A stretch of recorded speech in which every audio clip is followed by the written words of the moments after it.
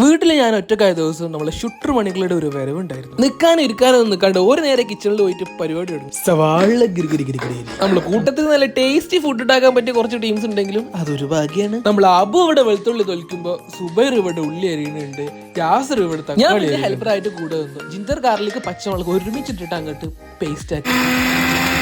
നിങ്ങളവിടെ നോക്കി വിളിച്ചങ്ങ ഇവിടെ ചെമ്പ് വെച്ച് വണ്ടിപ്പരിപ്പ് മുന്തിരിയൊക്കെ വറുത്തെടുത്ത് ഇനി ഉള്ളിട്ട് വട്ടൂലേ. നെക്സ്റ്റ് പരിപാടി.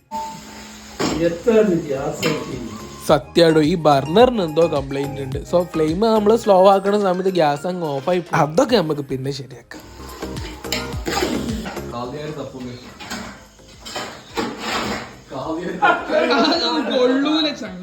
നമ്മൾ എടുത്തിട്ടുള്ള ചെമ്പിന് മൂടി ചെക്ക് നേരെ റാക്കമിലാണ് തപ്പണുണ്ട്. സാധനങ്ങളൊക്കെ എവിടെ എന്തൊക്കെ വെച്ചത് ഇന്നെ കാട്ടി കൂടുതൽ ഓൻകാറ്. അപ്പൊ അങ്ങനെ ഇളക്കുകയാണ് ഗൈസ്.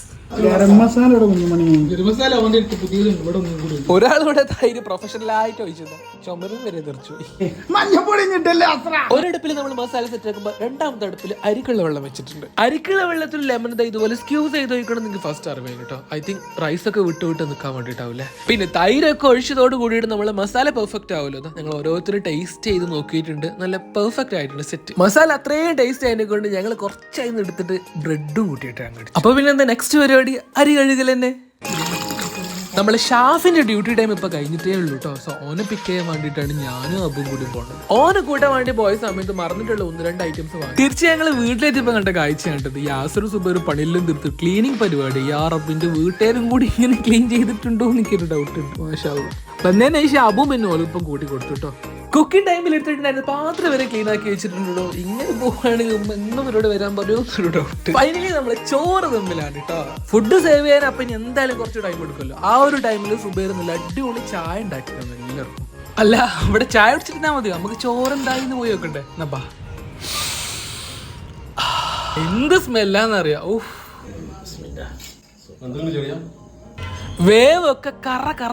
ഷാഫിനെ കൊണ്ടുവരാൻ പോയ സമയത്ത് വാങ്ങിയ ഒരു ഫുഡ് സെർവ് ചെയ്യണ ഷീറ്റ് ആയിരുന്നു ഇട്ടത്. നിലത്തിരുന്നിട്ട് എല്ലാവർക്കും ഒരുമിച്ച് ഇതുപോലെ കഴിച്ചാൽ മതി എന്ന് പറഞ്ഞപ്പം ഓക്കെ അതെന്നാണല്ലോ നല്ലത് അല്ലേ. അങ്ങനെ ഞങ്ങൾ എല്ലാവർക്കും കൂടി കഴിക്കാൻ ചോറ് നീളത്തിലിട്ടു.